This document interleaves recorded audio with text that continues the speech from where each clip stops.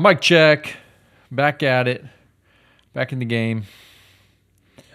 Gosh, I had a run today. After running yesterday, my body's just beat down a little bit.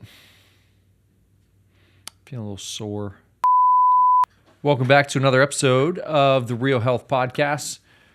So excited you're jumping into this big pharma series as we just look at medications, popular ones on the market, and we just understand the risks.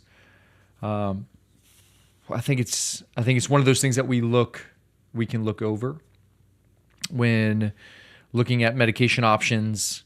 Truth be told, most practitioners are prescribing it really don't know the full side effects, and this is so true of today's podcast as we dive in and talk about birth control, hormone-based birth control. A lot of times you'll hear, well, there's no side. I mean, even the OBGYN committee, I forget the letter name of their committee, but they just recently reported, hey, there's no side effects of hormonal birth control. It's all safe and effective. But that's the language that we hear a lot when it comes to medications, when it comes to vaccinations, is safe and effective. So I just want to kind of explore birth control with you today and just kind of talk through some of the known side effects that birth control really has an impact on the body, which I think you'll be surprised about, so that you can make an educated decision with your healthcare practitioner on whether or not this is a good option for you. So last week we talked about Ozempic. The week before we talked about cholesterol and statins. And this week we're talking about hormones and hormonal-based birth control. Now there's a lot of different forms of birth control, but we're going to specifically address the hormonal-based birth control, the one that is producing progestins, which is a synthetic form of progesterone. So you have the pill, you have the IUDs, you have arm implants, injections, and then there's some other natural alternatives that we'll get to in a second. But when we look at, before we look into the hormonal birth control side effects, we're going to talk about the cycle in general. Let's just talk real quick so you have an understanding about the female cycle and what's happening in the body. So when the body is getting ready, from day 1 to day 28, 29, 30, however long your cycle is, day 1 is technically the first day that you see any bleeding. So that's first day of menstruation. And when we count up until the egg release, we call this the follicular phase of the cycle. So the most dominant hormone in this phase is estrogen. There's a little bit of production of progesterone. It's very slight. And then when we get this sharp elevation of estrogen, as that swings up really high, and we get this estrogen surge, that's when a lot of times the body will ovulate, release the egg, and that female body, when it drops that egg then signals to the brain to release progesterone. And actually the corpus luteum, which is kind of the shell of the egg in a sense, that is released as well, it produces progesterone in and of itself. So we get this secondary progesterone surge in the second half of the cycle. So we get this estrogen, good amount of estrogen production to an estrogen surge, and then this slow production of progesterone to this rapid production in the luteal phase. Two different phases, main phases with an ovulation window in the middle. And so when we look at hormonal-based birth control, what's actually in that, quote unquote, the pill, what's happening is every single day you're taking in progestins. So this is a synthetic form of progesterone. It is not progesterone. It is a synthetic form of progesterone, typically made out of testosterone. And when we look at progestins, this kind of signals to the brain to not ovulate. Okay, so when a progestin or progesterone is in the body, we know ovulation has already happened. And one of the things that we see is that when you get this steady production of progestin or progesterone, it tells the brain that, hey, we don't need to ovulate, so there's no need to create estrogen. So that's what prevents pregnancy. Is in essence, hormonal birth control stops ovulation, and it stops ovulation by mimicking the luteal phase of your cycle, which is your progesterone phase. So if you think about it, you're constantly taking in progesterone every single day in the form of progestin, tricking the brain to think that it's always in a luteal phase. Well, then you never get into your follicular phase. And then when you may get in your pill, you get some sugar pills towards the end, and those sugar pills are really just designed to drop all hormones from the body and signal to the brain like, hey, there's no hormones, and then there's a bleed and there's a restart. But pretty much for as long as you're on hormonal-based birth control, you're not ovulating, and fundamentally the side effects are from that. This is where all the side effects come from, is anovulation. Anovulatory cycles are not ovulating. Ovulation is critical in so many levels. And what we find is that women that are on hormonal-based birth control, even when they get off, we see anxiety, depression, and failure to handle stress or stress intolerance. And so why do we see these things? Why do we see these three symptoms show up with hormonal-based birth control: anxiety, depression, and intolerance of stress? And then one of the main reasons that we're seeing it is when we look at progesterone and estrogen, the true effects on the body. It all goes back to its effects on the brain, and specifically what we look at is its effects when it comes to GABA receptors in the brain. So progesterone, when it is broken down, it actually breaks down to a form, to another hormone called pregnenolone. And pregnenolone, when it is high, which is actually like a precursor to hormones that even comes from the adrenal glands, when it's broken down, it stimulates GABA receptors in the brain.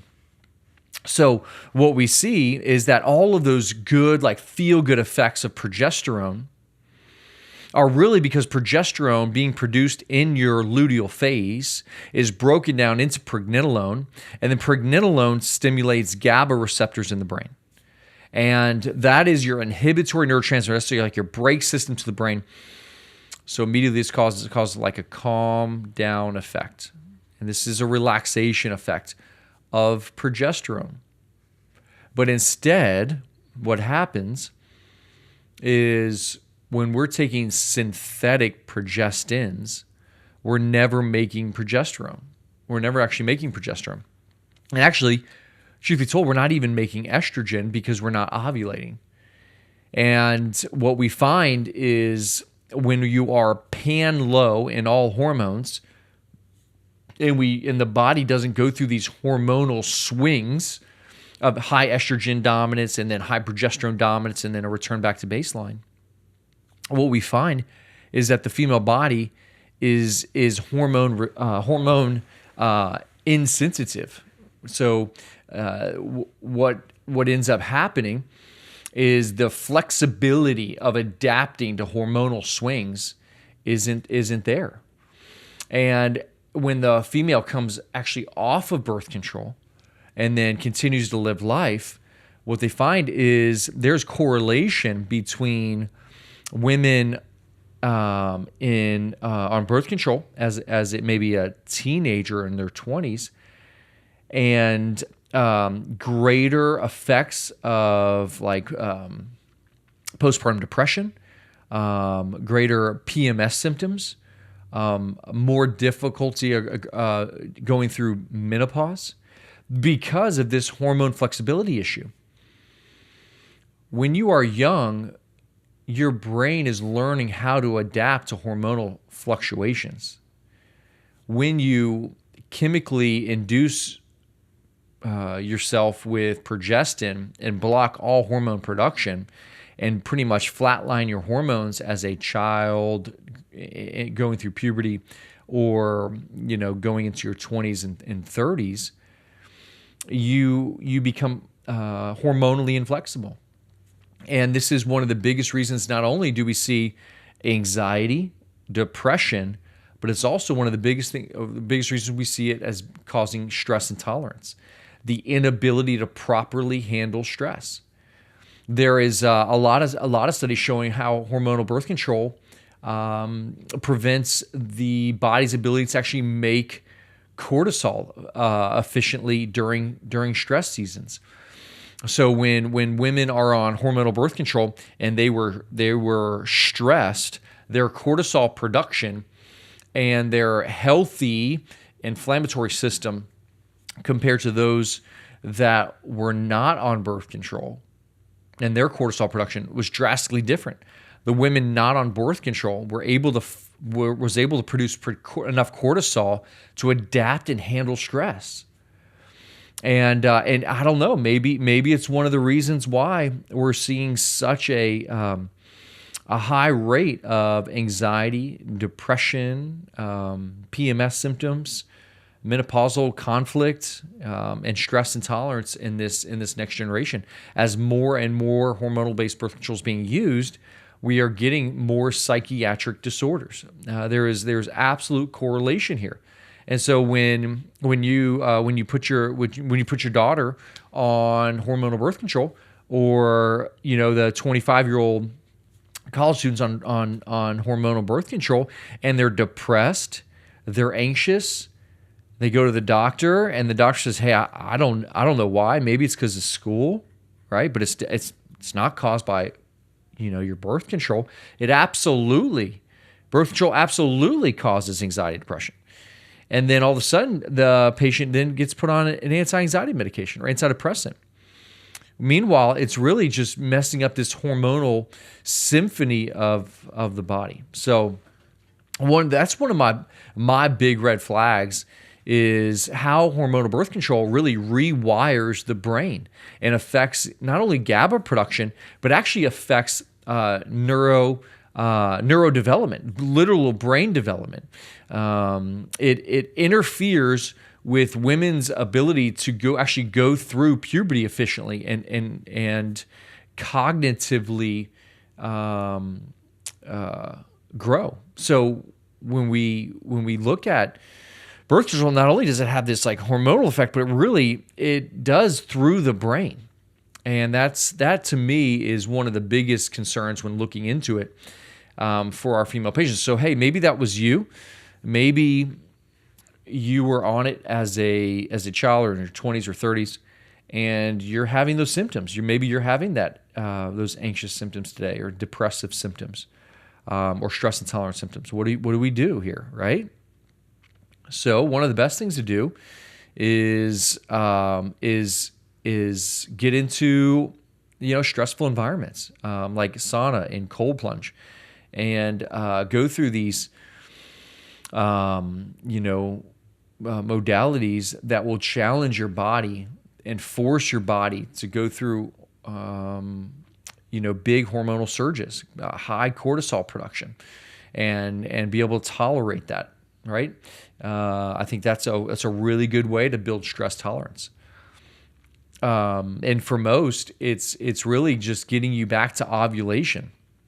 Ovulation is so vital to longevity. I mean, estrogen alone for females, estrogen is so important. It's important for neuroprotection, brain protection, and with Alzheimer's, dementia, it's essential for bone development, right? And we're just blocking that for years, potentially, and maybe even decades if you never return back to ovulation because you've stunted it for so long.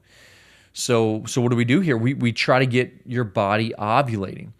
Ovulation, a strong ovulation and strong cycle is not for fertility outcomes only. It's actually for longevity. It's for energy. It's for beauty. It's for sex drive. Like there's research that shows how when estrogen surges and starts to peak, a few days before ovulation, that female has the greatest level of sex drive. Their skin starts to glow. They have this energy and vigor to their body because, right, it's this fertility window that's innate and instinctive within them. And so this is why, we see low sex drive is poor ovulation, poor estrogen production, estrogen surges pre-ovulation. So, that's the big effects that hormonally induced, progestin-induced birth control has within the hormonal system. There's other side effects that I wrote down, and we see birth control as being a issue where not only does it suppress ovulation, but we actually get major nutrient depletion. So the specific nutrients that are depleted with birth control are methylated B vitamins, so B6, 9, and 12, methylfolate, methylcobalamin, and pyridoxal 5-phosphate. Those 3 B vitamins, what we would call the methylated B vitamins, B6, 9, and 12, are so important in so many areas of the body: neurotransmitter production in the brain, hormone synthesis in the liver, but also one of the things that we see in infertility outcomes and in miscarriages is we see nutrient depletion because of years of birth control usage. So birth control will directly deplete your levels of B6, 9, and 12, which has a role with fertility outcomes and miscarriages. So if you've been on birth control in the past, you absolutely need to be looking at these 3 methyl B vitamins, B6, 9, and 12. There's also selenium is a known depleted mineral in the body with hormonal-based birth control. And selenium, it's vital for even thyroid function. We see weight gain, blood clots, low libido, hair loss. We see PCOS and acne, all related to hormonal birth control. So you can't tell me there's no side effects. There are absolute side effects. To every medication has a side effect. And the pill, the hormonal-based pill, is definitely making a dent to the hormonal system. Okay, there are other hormone-based birth control, but that's not the pill, and that's more of like an IUD, an intrauterine device. And most of those are progestin alone as well. So those are progestins or synthetic progesterones, and they're going to have the exact same effect. Now the way they stop consumption is a little bit different, but the effects in the body are the exact same. And we see it again: anxiety, depression, poor ability to handle stress, migraines, inflammation of the cervix, pelvic pain. Female loses their cycle, hard to regain because of IUDs. And then there's arm implants that has like a slow release of progestin. Those are like and then there's shots, obviously, as well, which are massive loads of progestins. So those are the main birth control agents that are being used. So if that doesn't sound great, right? What are some other options? So for my wife and I, what we have done is we use what's called an Oura ring. So an Oura ring, O-U-R-A, an Oura ring measures her cycle, and it does through body temperature differentials.